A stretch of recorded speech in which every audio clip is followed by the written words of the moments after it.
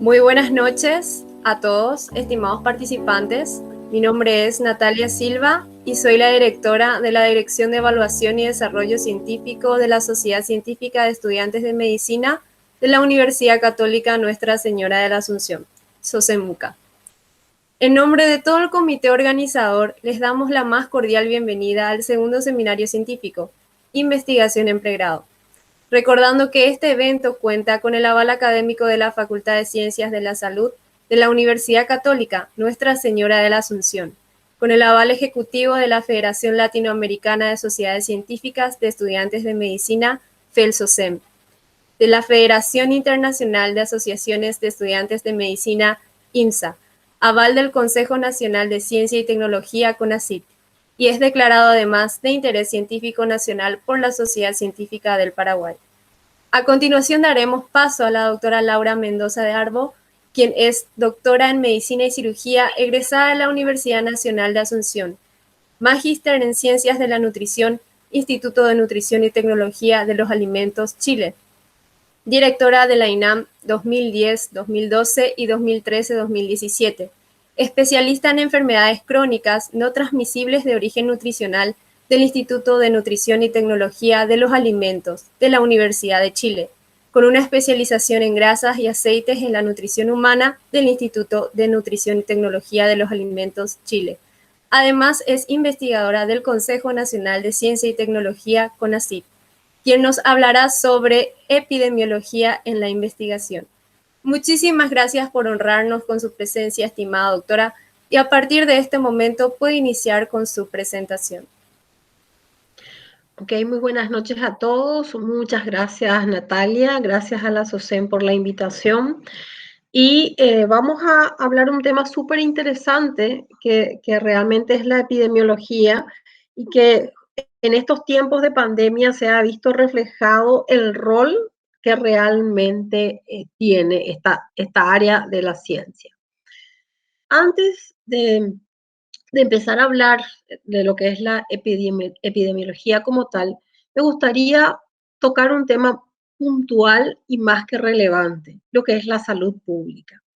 La salud pública es una especialidad no clínica de la medicina enfocada en la promoción, prevención e intervención de la salud desde una perspectiva multidisciplinaria y colectiva, ya sea a nivel comunitario, regional, nacional o internacional, no centrada en el individuo, sino en el colectivo.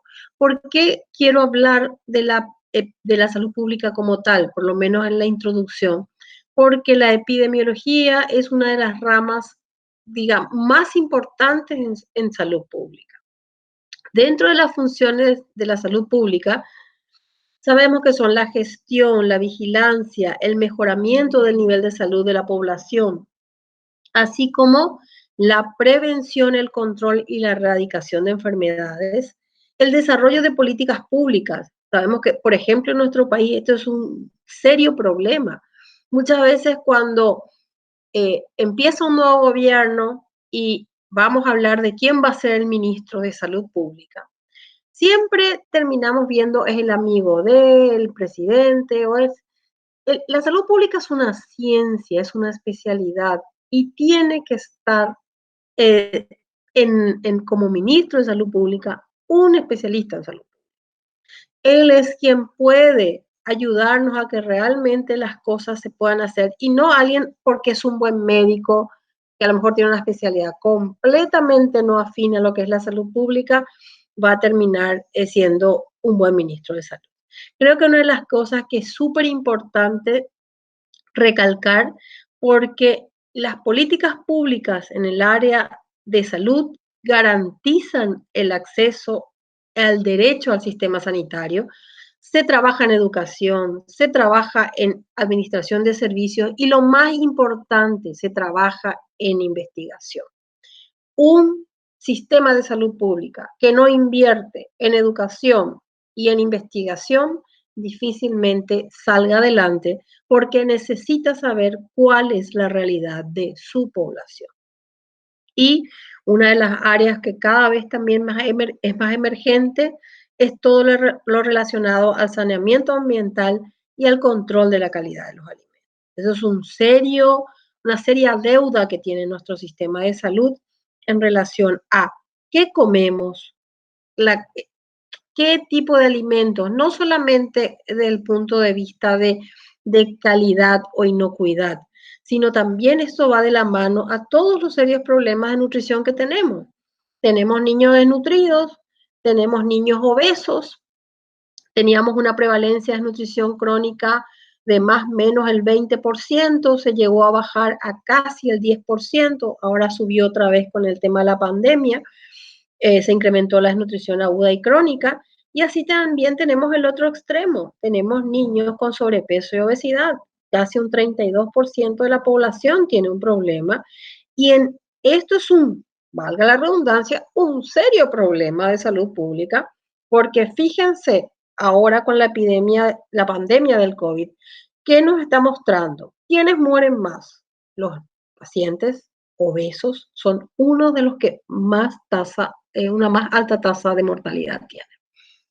Entonces, la salud pública tiene una amplitud en sus funciones que hace que confluyan muchas disciplinas orientadas a la administración del sistema sanitario, como la medicina, la farmacia, la veterinaria, la enfermería, la biología, la pedagogía, la psicología, el trabajo social, o sea, miles de disciplinas contribuyen a que realmente tengamos un sistema de salud robusto.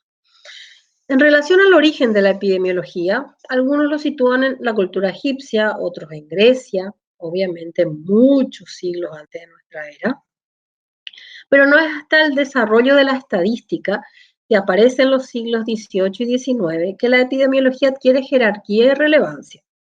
En el siglo XX, con la incorporación masiva de la informática, se da un importante impulso a la epidemiología. Tenemos bases de datos, nuevas técnicas estadísticas, y actualmente es aplicada en muchísimas áreas del conocimiento. Es la rama de la salud pública, la epidemiología, que tiene como propósito describir y explicar la dinámica de la salud poblacional, permitiendo intervenir en su curso natural con gran relevancia en el desarrollo de estrategias preventivas.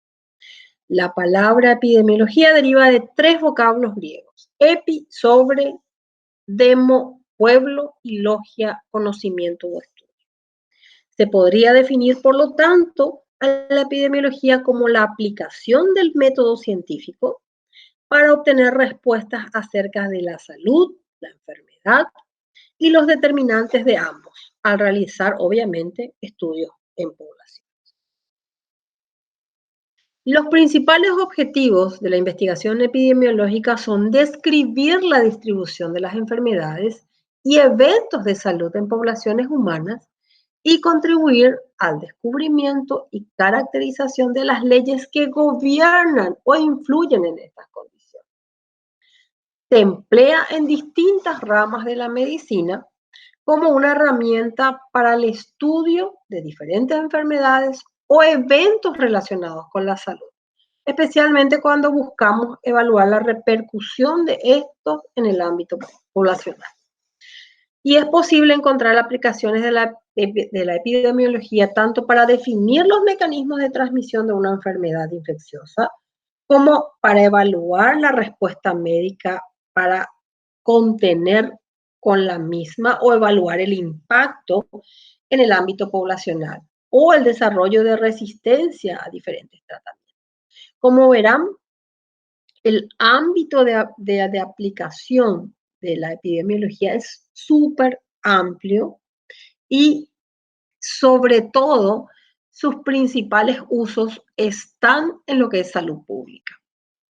Podemos identificar la historia natural de las enfermedades, podemos describir la distribución, la frecuencia y la tendencia de la enfermedad de las poblaciones.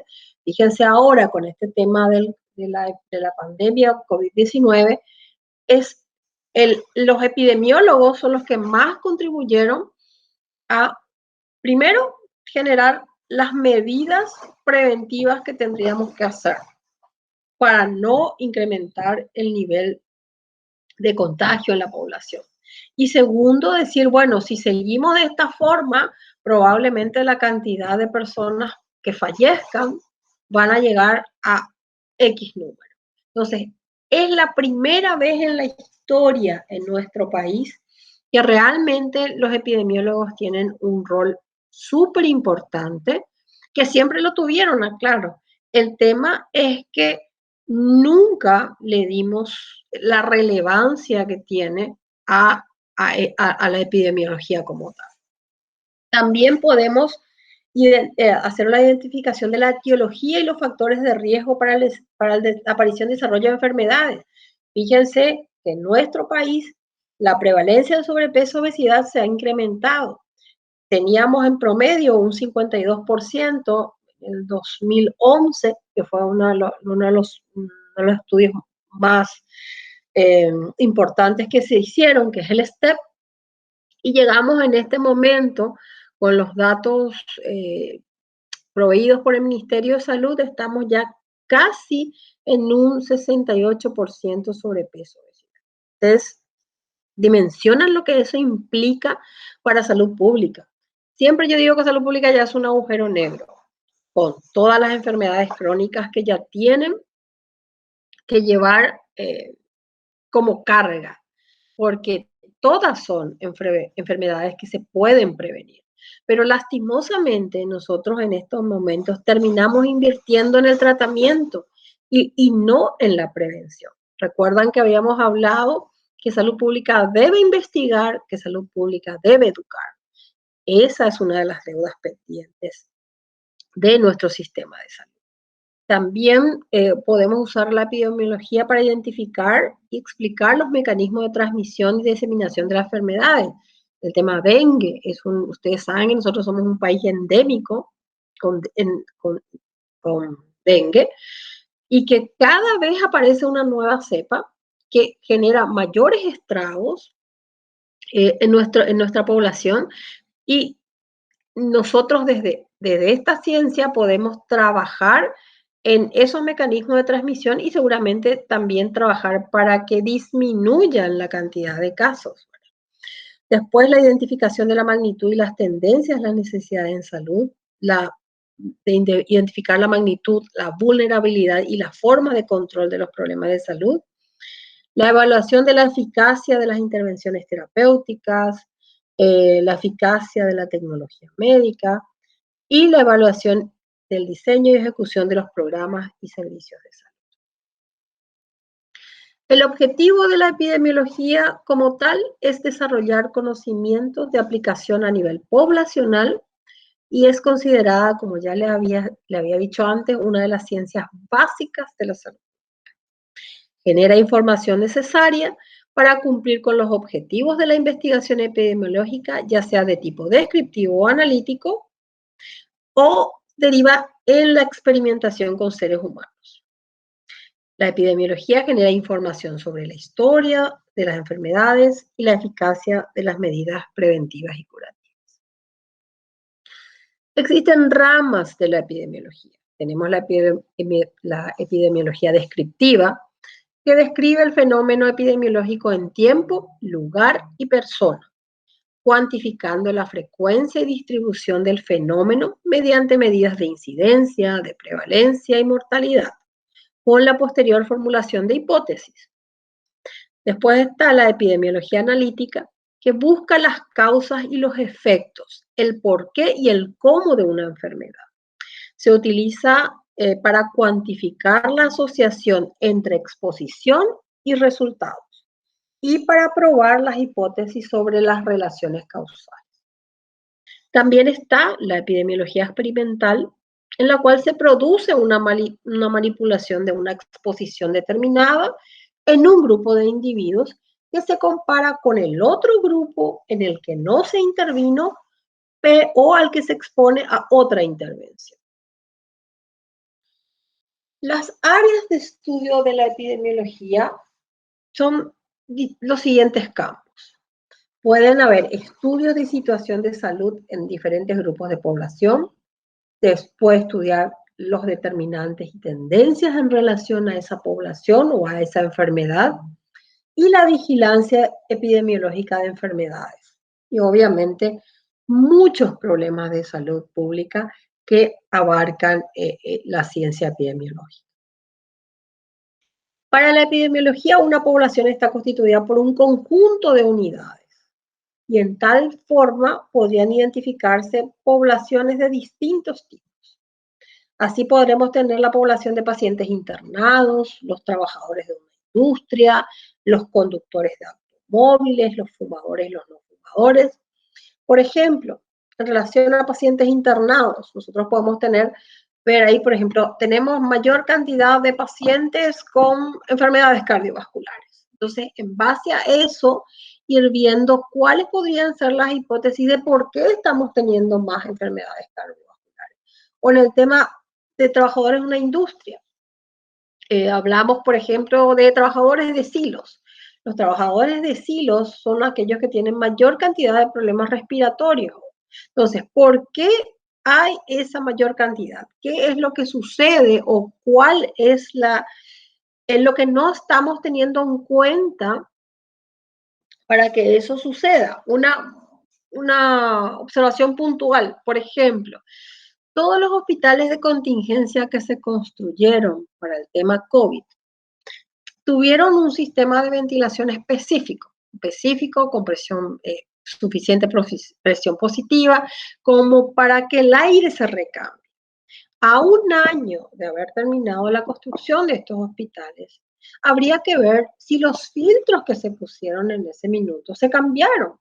Si no se cambiaron, porque tendrían que haberse cambiado probablemente después de 6 meses, ¿qué está pasando en esos hospitales de contingencia? Ese aire no está recirculando y por ende la posibilidad de contagio de los trabajadores de blanco es mucho más alta.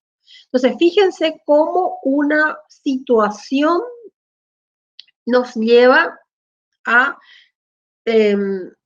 o sea, como una situación puntual, hablamos en este caso, por ejemplo, de un hospital o el entorno de un hospital, si no tenemos en cuenta el proceso que se llevó adelante para su construcción, va a hacer que muchos de nuestros colegas y trabajadores del área de salud terminen contagiándose con esta patología. Entonces, también podemos tener zonas geográficas en un tiempo determinado. Por ejemplo, la región de cordillera, ustedes saben que por las serranías, es una de los departamentos, en este caso, que tiene mayor cantidad de incidencia de bocio, por ejemplo. ¿Por qué? Y bueno, habría que ver un poquito qué incide en esa zona geográfica especialmente que hace, a pesar de que sabemos que somos un país con deficiencia de yodo y nuestra única fuente de yodo es un programa de sal yodada que tiene más o menos 20 años de ejecución, vemos que a pesar de eso seguimos teniendo zonas de bocio y probablemente cretinismo endémico. Entonces, habría que ver qué está pasando en esas zonas geográficas. Fíjense ahí cuán importante es la epidemiología para llevarnos a un diagnóstico certero. Entonces, también existe una definición de lo que es una población epidemiológica. Y esta está dada por la conjunción de 3 componentes: la persona, el lugar y el tiempo. Como ejemplo, podríamos tener los nacimientos ocurridos en el lapso de 2 años en una ciudad concreta. O, por ejemplo, vemos la cantidad de niños con hipotiroidismo congénito que pudieron haber nacido probablemente en la ciudad en el departamento de Cordillera, probablemente por algún otro problema de deficiencia de yodo. Entonces, vemos que la epidemiología, como todo método científico, tiene 3 fases. En primer lugar, observar o conocer la frecuencia y distribución de las enfermedades, los patrones de frecuencia y distribución que nos van a dar lugar a una hipótesis de asociación entre la enfermedad y un determinado factor, y finalmente se diseña un estudio experimental para verificar o refutar la hipótesis que nos plantea. ¿Por qué es importante la epidemiología porque nos marca la hoja de ruta, la estrategia, el lineamiento para poder mitigar enfermedades y poder sortear esas situaciones de la mejor manera. Y si no tuviéramos epidemiólogos, sería muy difícil o casi imposible pasar rápidamente una situación como una pandemia. De nuevo, fiel ejemplo de eso es la pandemia por COVID, que nos tiene encerrados más de un año, y que si no tuviéramos buenos epidemiólogos, probablemente la situación actual nuestra hubiese sido mucho, mucho peor. Existen contribuciones dadas por la epidemiología en diferentes áreas. Por ejemplo, en relación a las enfermedades infecciosas, existieron grandes epidemias que vienen del mundo antiguo, la peste, la viruela, el cólera, el COVID, la influenza, en nuestro caso particular como país también el dengue, que nos generaron los conocimientos necesarios para poder eh, como para poder, ¿cómo, para poder, ¿cuál sería el término más adecuado? Para poder controlar y llevar adelante las estrategias en relación a estas enfermedades infecciosas. También está el problema ambiental. Sabemos que desde 1850 se conoce la utilidad del método epidemiológico en la resolución de los problemas de contaminación de agua, de aire y de suelo. Ahora, una de las áreas más relevantes en nuestro país es la contaminación de agua y también la contaminación del aire. En relación a, por ejemplo, la cantidad de autos que existe, una contaminación o las fábricas o cuando se queman los campos. Entonces, eso hace que la salud de la población esté en riesgo. En relación al suelo también, sabemos que por el tema de los cultivos y de los agroquímicos que usamos para los cultivos, la contaminación del suelo y el agua están a la orden del día. Entonces, la contribución ambiental de la epidemiología es extremadamente relevante. También están las enfermedades crónicas, en el cual tenemos estudiado, muy bien estudiado, ya los factores de riesgo de enfermedades como el cáncer, las enfermedades cardiovasculares. Y a partir de los estudios epidemiológicos es donde se modeló el concepto de origen multicausal de las enfermedades. También los accidentes. Esto es algo que nosotros lo tenemos a la orden del día. Los accidentes de tránsito en nuestro país eran una de las mayores causas de muerte. Y esto nos tendría que dar el escenario para que nosotros, a través de los estudios epidemiológicos que se lleven adelante, se planteen estrategias que pueden ir desde leyes, que serían políticas públicas en salud que nos ayudarían a disminuir los accidentes de tránsito, que son un serio flagelo. ¿Por qué? Primero porque ocurre en gente joven, gente en edad eh, activa y económicamente activa para un país. ¿Qué pasa con estas personas?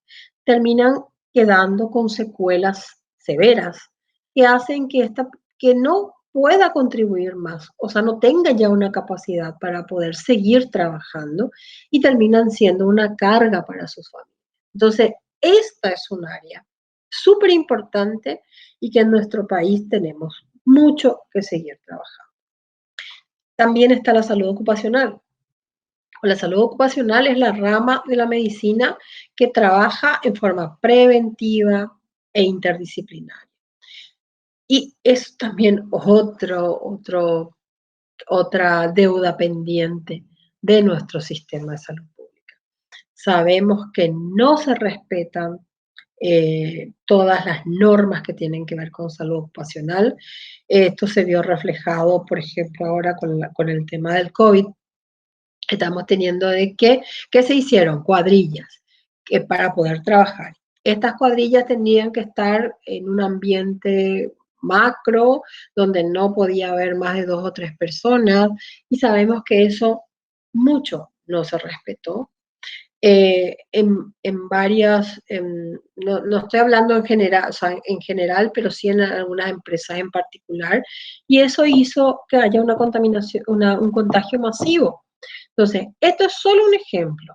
Después tenemos lo que tenga que ver con salud ocupacional en personas que trabajan en silo, los choferes que se ven expuestos a la carga de micropartículas durante todo el tiempo que trabajan manejando los ómnibus. En fin, miles de ejemplos tenemos en relación a salud ocupacional y de nuevo, esta es una deuda más que pendiente de salud pública en nuestro país.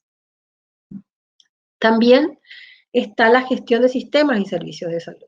El marketing, la administración, los costos de los diagnósticos y tratamientos, o sea, saber realmente cuánto es lo que gasta o gasta salud pública en curar una patología o una enfermedad crónica. Por ejemplo, la obesidad.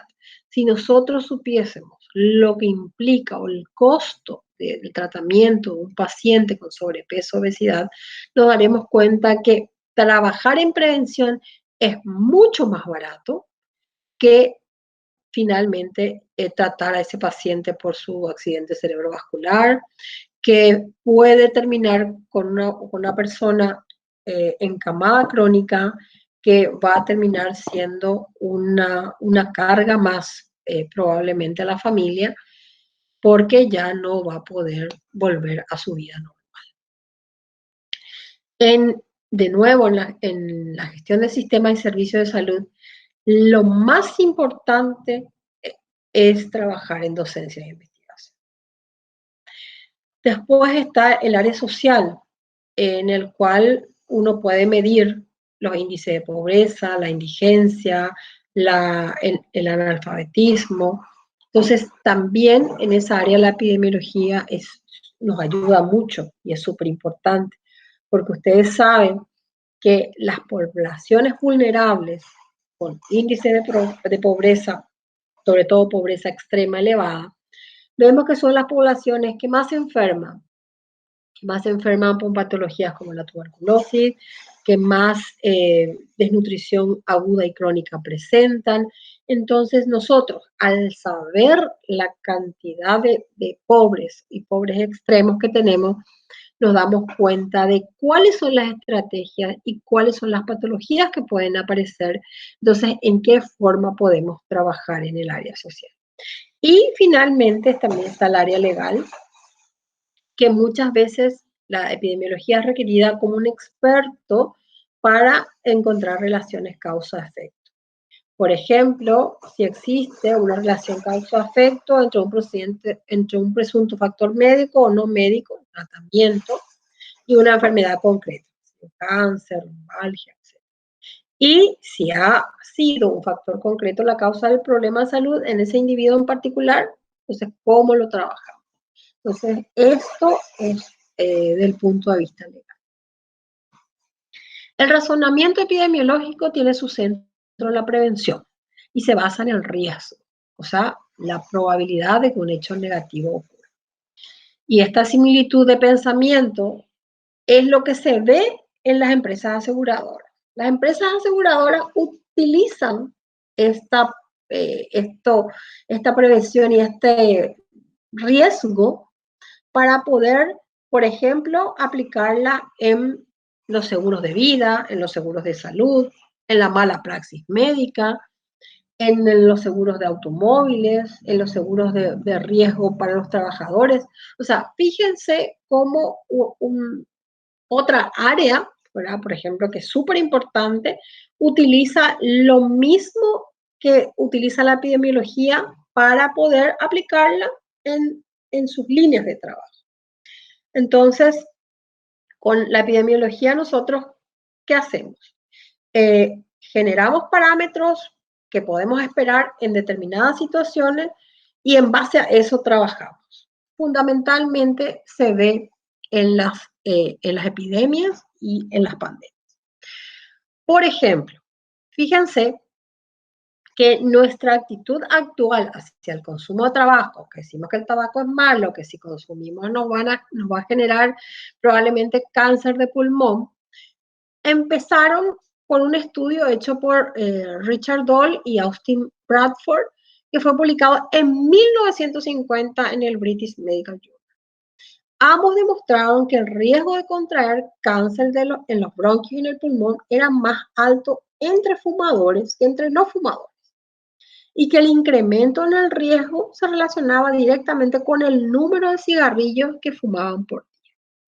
Este estudio marcó el comienzo del cambio operado en el Reino Unido, que pasó de ser un país donde fumar era la norma a ser uno donde la norma actual es no fumar.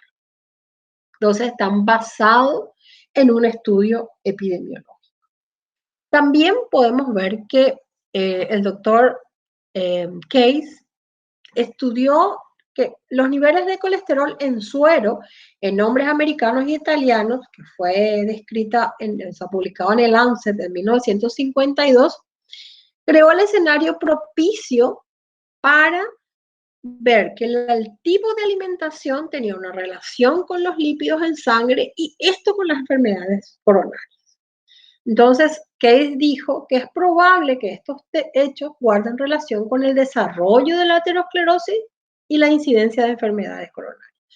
Entonces, ante este planteamiento, es la actitud que tenemos ahora con respecto a las dietas, es distinta a la que se tenía cuando se desarrolló la investigación. Ahora sabemos que las dietas más saludables, ¿verdad? Son aquellas que aportan mayor cantidad de fibras, mayor cantidad de antioxidantes, mayor cantidad de frutas y verduras fundamentalmente, con un aporte menor de aquellos alimentos que puedan incrementar la carga, sobre todo lipídica, de nuestra dieta. Bueno, ahora vamos a hablar de los tipos de estudios epidemiológicos. Se clasifican en descriptivos o analíticos. Los descriptivos valoran la frecuencia y la distribución de las enfermedades en las poblaciones con relación a las variables de persona, lugar y tiempo. Estos pueden aportar indicios que contribuyan a generar hipótesis sobre asociaciones entre factores de exposición y estado de salud o enfermedad.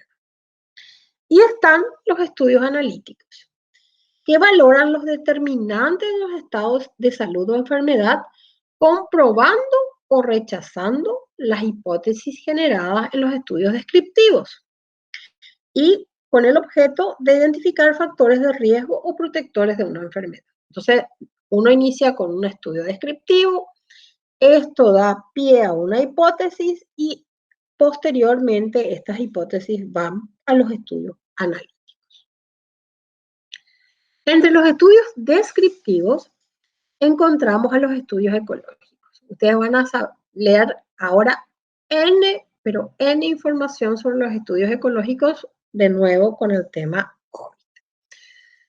Se realiza sobre poblaciones y la serie de casos y estudios transversales realizados sobre individuos. Por ejemplo, hubo muchos estudios ecológicos en el cual se analizó la prevalencia de vacunación con BCG en diferentes países y se vio que aquellos que tenían mayor cantidad de personas vacunadas con BCG tenían cuadros de COVID mucho más leves.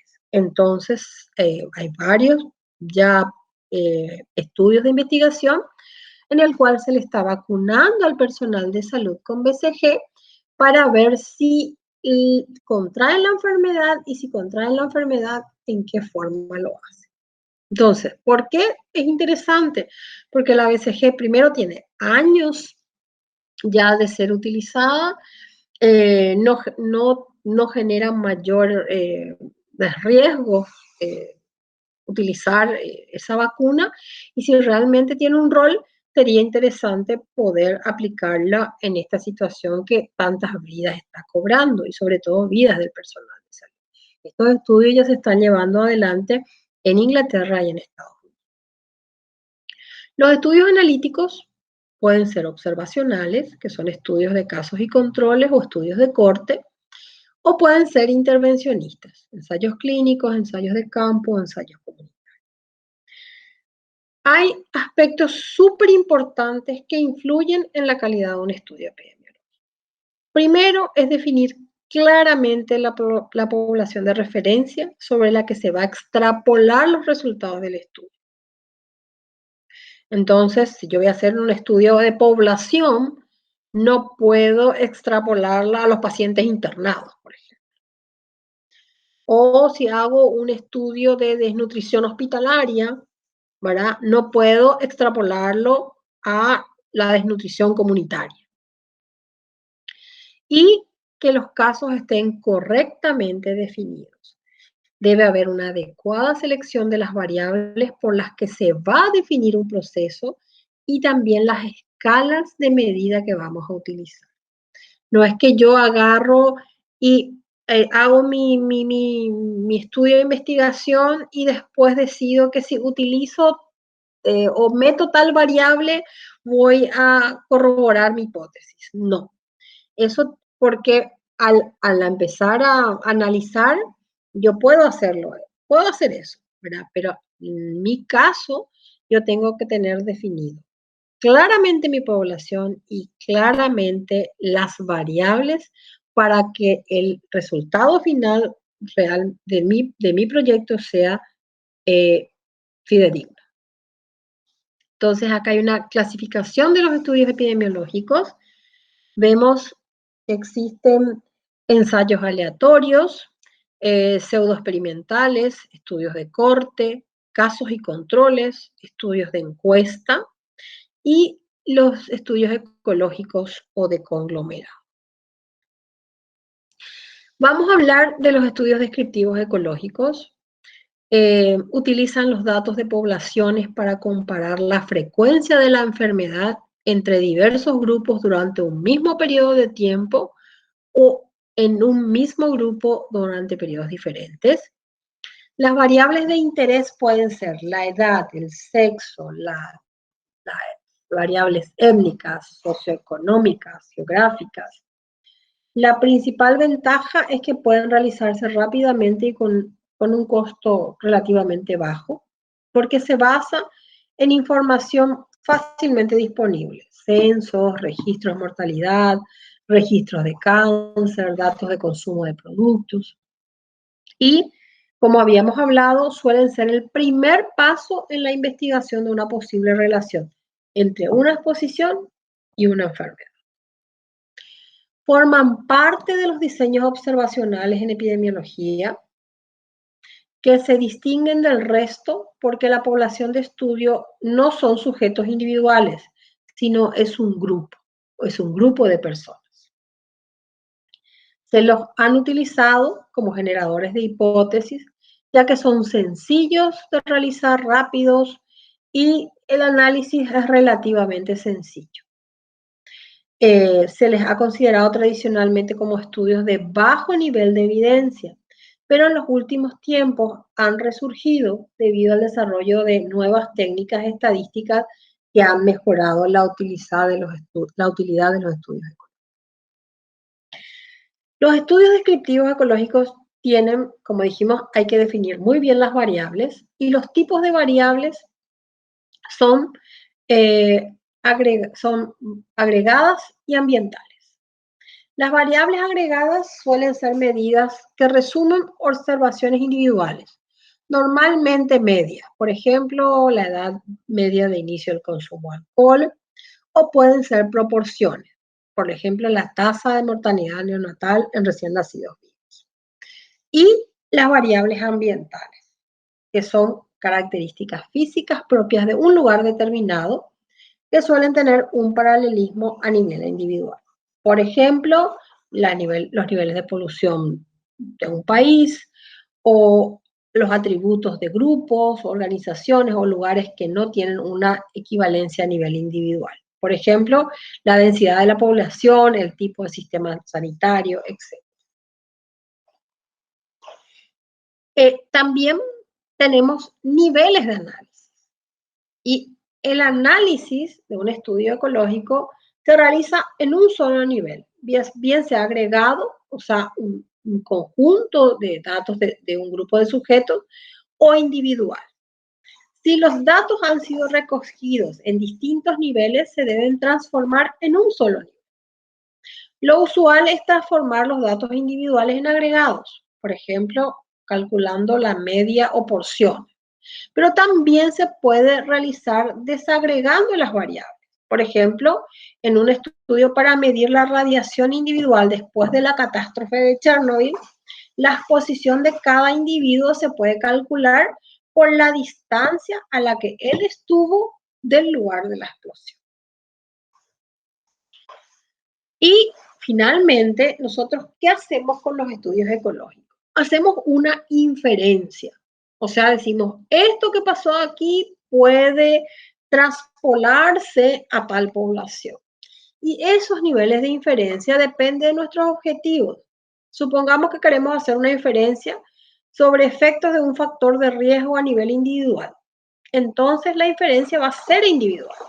Por ejemplo, un estudio en el que se quiere relacionar el consumo de alimentos preprocesados, que lo estimé a través de una encuesta telefónica, con la incidencia de cáncer de colon, que fue medido a partir de los registros de tumores que tenemos en los bancos de anatomía patológica. Supongamos que estamos interesados en conocer la efectividad de un programa de vacunación. Entonces, nuestras medidas e inferencias se van a hacer en relación a la cobertura vacunal de una población. Y también podemos medir un factor de exposición a nivel individual y agrupado. Por ejemplo, contamos con medidas de higiene a nivel poblacional, por ejemplo, el grado de potabilidad de las aguas. Y a nivel individual, frecuencia de lavado de manos. Dentro de los estudios ecológicos hay diferentes tipos. Y se agrupan en, o sea, son los de exposición y los de agrupación. El método de exposición podemos encontrar dos situaciones. Si la variable primaria de exposición no se mide o solo se hace parcialmente, se denomina exploratorio. Y en el caso contrario, son los analíticos. En el método de agrupación se pueden clasificar en múltiples cuando se seleccionan varias zonas, de tendencia temporal, si existe medición a lo largo del tiempo, y mixtos cuando se combinan ambos métodos. Ahora vamos a hablar de los tipos de estudios ecológicos. Habíamos hablado de los grupos múltiples. Y en este caso estamos hablando de los estudios exploratorios. No existe medición de la variable de exposición, de la variable independiente, pero sí existe medición de la característica o enfermedad de estudio, de la variable dependiente. Un ejemplo podría ser la comparación de las tasas ajustadas de cáncer oral entre varias zonas geográficas en el mismo periodo de tiempo. Este tipo de estudio es útil para generar hipótesis etiológicas que después deben ser comprobadas con estudios de mayor nivel de evidencia. Otro ejemplo podría ser el estudio realizado en Estados Unidos sobre tasas de mortalidad de cáncer ajustadas por la edad y por zonas geográficas, donde se encontró que los cánceres orales eran más frecuentes entre las mujeres en las zonas del sureste, donde se sabe que es habitual que estas masquen tabaco. Y esto llevó a la hipótesis de que el cáncer oral podría estar relacionado con el tabaco. También los grupos múltiples pueden tener estudios analíticos. En el diseño, es el diseño más frecuente. Se trata de valorar la asociación entre el nivel medio de exposición o prevalencia de un factor y la tasa de enfermedad entre varios grupos. Un ejemplo sería describir la tasa de hospitalización, que sería mi variable dependiente, en menores de 1 año en los municipios del departamento central. Y analizamos su asociación con las variables socioeconómicas, que sería la variable independiente. ¿Por qué? Porque sabemos que los niños con padres de menores ingresos o que están en zona de pobreza o pobreza extrema son los chicos que más terminan hospitalizándose y probablemente una de las causas de esa hospitalización podría ser la desnutrición. En los estudios ecológicos de tendencia temporal, también pueden ser exploratorios, que comparan la tasa de enfermedad a lo largo del tiempo en una misma zona geográfica. Un ejemplo sería el análisis de la evolución de la utilización de antibióticos en una población pediátrica, medido como consumo anual de antibióticos durante los últimos 5 años en esa comunidad. El análisis estadístico se realiza por modelos de edad, periodo, corte, en que mediante gráficos se trata de modelar de forma independiente los efectos de la edad, del tiempo y de la corte en los resultados.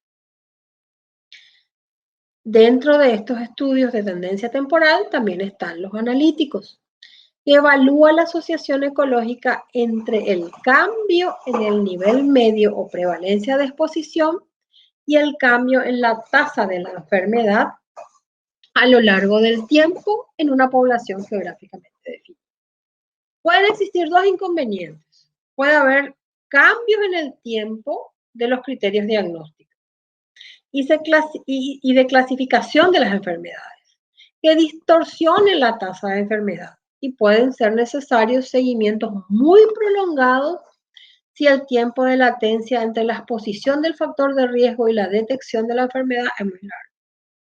Como ejemplo, podemos mencionar un estudio realizado en México entre los años 1993 y 1995 sobre la relación entre la contaminación ambiental y la mortalidad infantil. Fíjense cuán macro es esto, pero podemos decir que, bueno, en México, que es un ambiente súper contaminado con la polución que existe, probablemente los niños que viven en cierta zona mueren más. Pero es muy difícil encontrar ese factor de exposición al riesgo y porque probablemente la detección de la enfermedad va a hacerse en un tiempo muy, muy largo. Y se encuentran también los estudios ecológicos mixtos. Estos estudios comparan las tendencias temporales de varias áreas geográficas. El análisis estadístico es similar y, por ejemplo, sería un estudio que hizo, por ejemplo, Madera et al. Para relacionar la prevalencia de melanoma, la altitud y la radiación solar en varias zonas geográficas de la provincia de Granada, en un periodo de 1982 al 2007. Entonces, vemos que existen varias formas de realizar estudios ecológicos y, por ende, el análisis estadístico de todos estos estudios descriptivos también es, ¿cómo le diríamos? Es difícil muchas veces analizar los datos entre los factores de riesgo de exposición y la tasa de enfermedad, por ejemplo. ¿Yo qué voy a usar? Voy a usar estadísticas de asociación. Y lo más común es hacer una correlación entre las dos variables. Pero yo lo que estoy diciendo es que hay una asociación. Difícilmente yo pueda demostrar una causalidad. Y acá lo más importante que uno podría terminar utilizando, aparte de la correlación, son los modelos de regresión lineal para este tipo de estudios. Y como todo estudio, también están los sesgos. Y por su diseño, sabemos que están sujetos a numerosos problemas metodológicos. Tenemos los sesgos de selección, que es el más frecuente e importante y la principal limitación de estos estudios, que ocurre cuando la medida agrupada elegida no mide de forma adecuada el efecto biológico a nivel individual. Entonces es una forma errónea, con lo cual yo voy a llegar a una inferencia individual errónea. Y a esto se denomina falacia ecológica. También el origen, si hay una heterogeneidad de los niveles de exposición dentro de un grupo y la existencia de diferencias de clasificación o defectos entre los grupos. Y están los sesgos de confusión, que aparecen cuando no se ha evitado en el diseño la presencia de variables externas que puedan generar un efecto en el análisis. En los estudios a nivel individual se produce confusión cuando la variable de exposición estudiada no solo está relacionada con la enfermedad, sino también con otro factor de riesgo de la enfermedad. El control de la confusión se puede realizar de dos maneras. Uno, introduciendo las posibles variables confundentes en el modelo como covariables y realizar un análisis multivariante, lo que complica de sobremanera el cálculo del efecto. Y B, estandarizar o ajustar las tasas de enfermedad por las variables de confusión y realizar una regresión con las tasas ajustadas. Vamos a volver a hablar un poquito de las ventajas y desventajas de los estudios ecológicos. Como ventaja, se pueden estudiar grandes grupos poblacionales, relativamente fácil de realizar, aumenta el poder estadístico, aumenta la variabilidad en la exposición y se puede utilizar información de estadísticas vitales. Como habíamos hablado, podemos utilizar, no sé, los bancos para saber la cantidad de pacientes oncológicos y cuáles son los tipos de cánceres que tenemos en el país. O podemos usar los censos, en el cual sabemos la cantidad de niños que existen en el país y en base a eso podemos ir viendo, por ejemplo, la cantidad de niños, a través de estudios hechos por el Ministerio de Salud, por ejemplo, la cantidad de niños con sobrepeso, obesidad que tenemos, entonces cómo eso tiene que influir para poder tomar las mejores decisiones en política sanitaria. Como desventaja, no se tiene información del individuo, por lo que no se puede ajustar por diferencias a nivel individual. Y no se tiene información sobre factores de confusión y no se puede corregir. Para continuar hablando de las ventajas, como habíamos dicho anteriormente, son estudios, no sé si más baratos, porque todos los estudios algún costo tiene, ¿verdad? Pero digamos que son los que menos dinero nos cuestan. Son rápidos porque se utilizan datos de fuentes secundarias disponibles. Son ideales para el estudio de nuevas hipótesis de trabajo. Son los únicos disponibles cuando no es posible medir la exposición de forma individual, por ejemplo, cuando hablamos de los estudios ambientales, y son muy útiles cuando la medida de efecto solo se puede medir a nivel ecológico. Por ejemplo, el impacto de una campaña de vacunación. Podríamos ver ahora que estamos vacunando contra el COVID-19. Como desventaja, las conclusiones de este tipo de diseño se refieren solo a las poblaciones, no a los individuos. Y muchas veces no es posible extrapolar la exposición del individuo al riesgo que puede presentar para la comunidad. Tampoco se puede controlar la presencia de variables de confusión. Por ejemplo, un ejemplo podría ser la comparación de las tasas ajustadas de cáncer oral entre varias zonas geográficas en el mismo periodo de tiempo. Este tipo de estudio es útil para generar hipótesis etiológicas que después deben ser comprobadas con estudios de mayor nivel.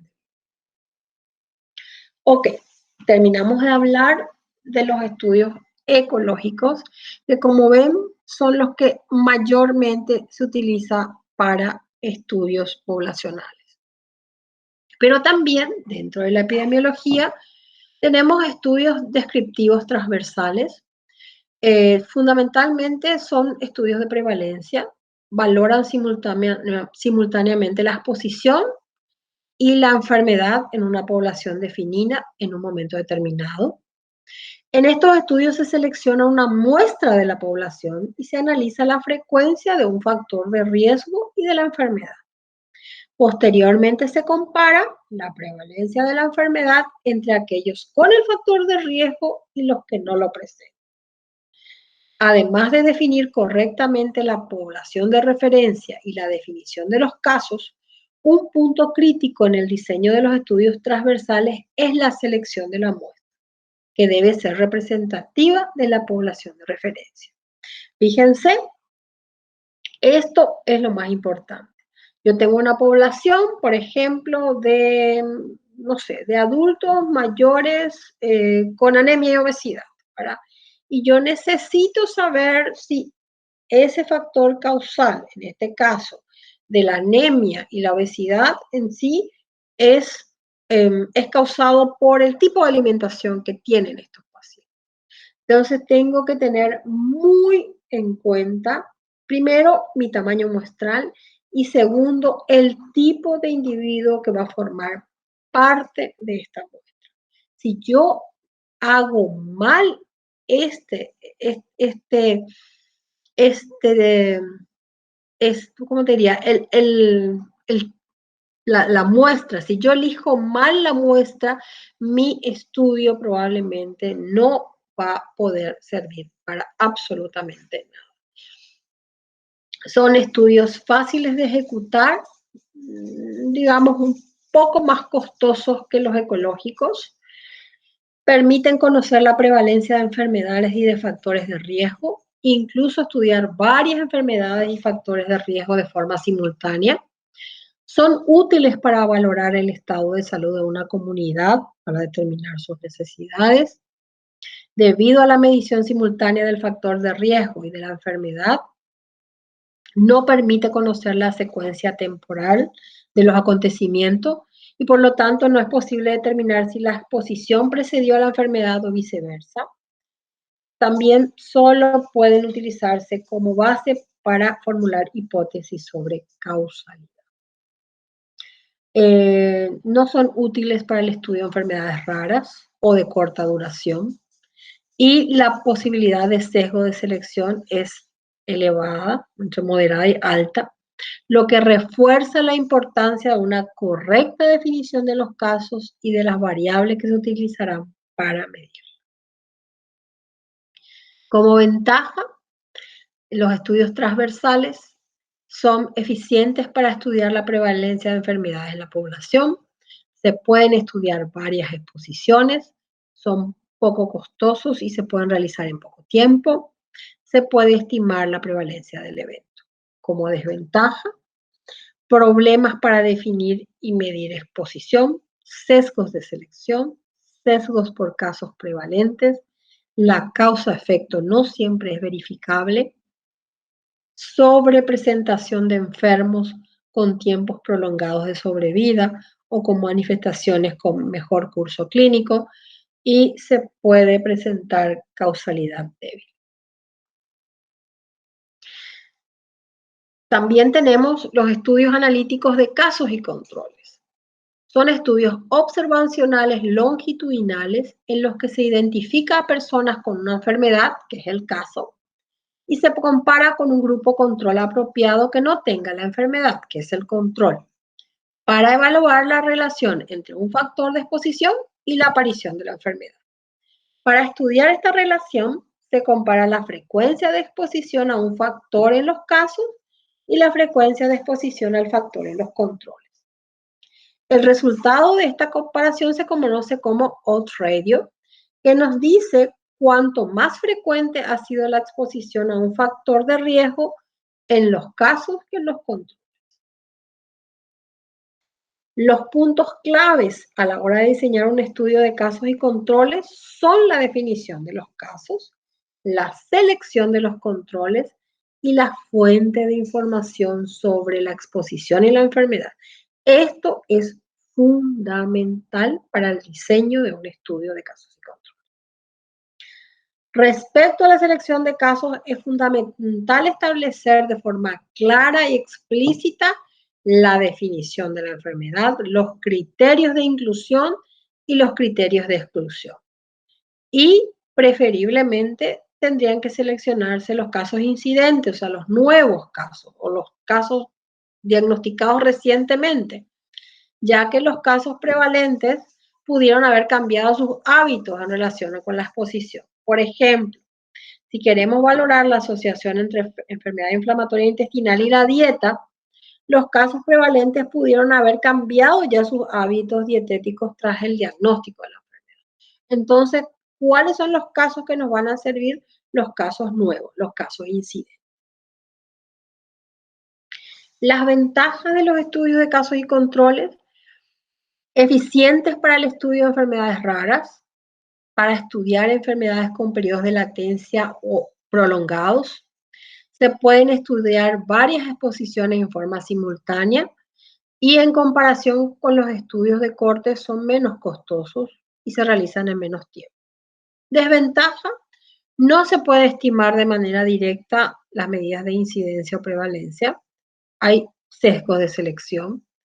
Hay problemas para definir la población de los casos y también para medir la exposición. Y también tenemos los estudios de corte.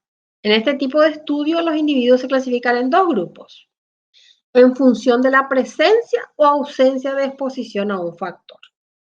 En el momento de la clasificación, todos están libres de la enfermedad de interés y son seguidos durante un periodo de tiempo para observar la frecuencia de aparición del fenómeno que nos interesa. Son estudios observacionales, longitudinales y pueden ser prospectivos o retrospectivos. Los estudios prospectivos se inician antes de la aparición de la enfermedad e incluso antes de la exposición al riesgo, y en los retrospectivos la enfermedad ya ha tenido lugar, pero los pacientes estaban previamente definidos por la exposición al factor. Se pueden calcular la incidencia de la enfermedad en los expuestos al factor de riesgo y en los no expuestos. Y la relación entre ambas incidencias se conoce como riesgo relativo. Cuando la corte es homogénea en la exposición al factor de riesgo, el grupo control puede ser una corte no expuesta o puede realizarse una comparación con las tasas derivadas de estadísticas vitales, por ejemplo, registro de poblaciones de tumor. La incidencia se ajusta por edad y sexo, y esto da lugar a la razón estandarizada de incidencia o de mortalidad. Tanto los expuestos como los no expuestos deben estar en riesgo, mayor o menor, de desarrollar la enfermedad. La exposición al factor de riesgo debe estar correcta y claramente definida. Los controles, que son los no expuestos, deben ser lo más similares posibles a los expuestos, salvo obviamente en la exposición al factor de riesgo. Las enfermedades en estudio deben definirse claramente antes de que se desarrollen y en esta definición debe ser estable durante el tiempo que dure el estudio. Y sobre todo, y lo más importante, hay que evitar las pérdidas de seguimiento. Es uno de los mayores problemas en los estudios de corte. Los estudios de corte permiten describir la incidencia y la historia natural de una enfermedad y establecen la secuencia temporal entre la exposición a un factor de riesgo y la aparición de una enfermedad. Con estos estudios se miden adecuadamente la exposición al factor de riesgo y es posible estudiar diferentes efectos de un mismo factor de riesgo. Son útiles para estudiar el efecto de exposiciones raras, necesitan un tamaño muestral elevado y un tiempo de observación prolongado para la obtención de resultados. Su costo es alto y son de difícil ejecución. Pueden verse influenciados por la pérdida de seguimiento de los pacientes y por cambios en los criterios diagnósticos de una enfermedad. Esto hace que no sean adecuados para estudiar enfermedades poco frecuentes o enfermedades con latencia larga. Un ejemplo de estudio de cortes retrospectivo es el trabajo de Cosnet et al., que describe la evolución a largo plazo de la enfermedad de Crohn. En este estudio se siguió una corte de 2002 pacientes con la enfermedad de Crohn y se analizó la aparición de complicaciones, estenosis, fístula o perforaciones, lo que permitió conocer la evolución de la enfermedad. Como conclusión, sabemos que los estudios epidemiológicos son útiles para investigar posibles causas, factores de riesgo y la historia natural de las enfermedades. Y cada tipo de estudio aporta una información diferente con una utilidad particular, con sus ventajas y desventajas. Los aspectos fundamentales a la hora de diseñar o interpretar los estudios epidemiológicos son la correcta definición de la población de referencia sobre la que se desea extrapolar los resultados y de los criterios de selección de los casos. Así que espero que se haya entendido la relevancia de la epidemiología en todo lo que hablamos, pero fundamentalmente en salud pública y que es el norte para poder trabajar en políticas públicas que van desde lo que es educación, por ejemplo, lo que sería educación nutricional, de lo que sería el desarrollo incluso de leyes, lo que es, por ejemplo, el etiquetado frontal, que es un proyecto de ley que está en el Parlamento, en el cual la idea es poner un etiquetado frontal de advertencia para que aquel que compre un producto sepa que es o alto en sodio o alto en grasas. ¿Por qué es relevante esto? Porque si yo sé que ese alimento me puede causar daño, estoy interviniendo en aquello, en no comprar probablemente un producto que va a hacer que mi peso se incremente. O si soy hipertenso y es alto en sodio, voy a tener una crisis hipertensiva. Pero estas son políticas públicas en el cual los estudios epidemiológicos inciden en la salud de la población. Así que espero haya sido útil, les agradezco de nuevo la invitación y les agradezco nuevamente la oportunidad que me dieron para compartir con ustedes esta charla. Excelente ponencia, estimada doctora. Y en caso de que los participantes tengan algunas preguntas, habilitamos un formulario en el chat donde podrán dejar todas sus dudas y posteriormente se les hará llegar las respuestas a su dirección de correo. Y una vez más, muchísimas gracias por su valioso tiempo y por colaborar con el segundo seminario científico Investigación en el Pregrado. Okay. Gracias a vos, Natalia, y de nuevo, a las órdenes, y espero que haya quedado clara la clase. Muchas Muchísimas gracias. gracias a usted, doctora.